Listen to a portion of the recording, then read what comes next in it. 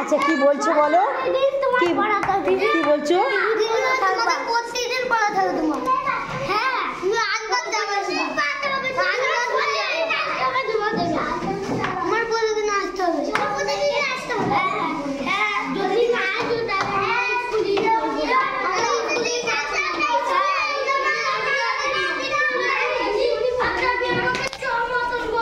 আমি যদি না আসি তোমরা স্কুলে আসবে না?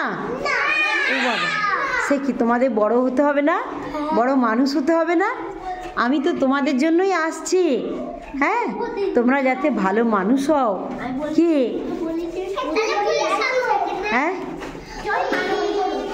বলো, কি বলছো?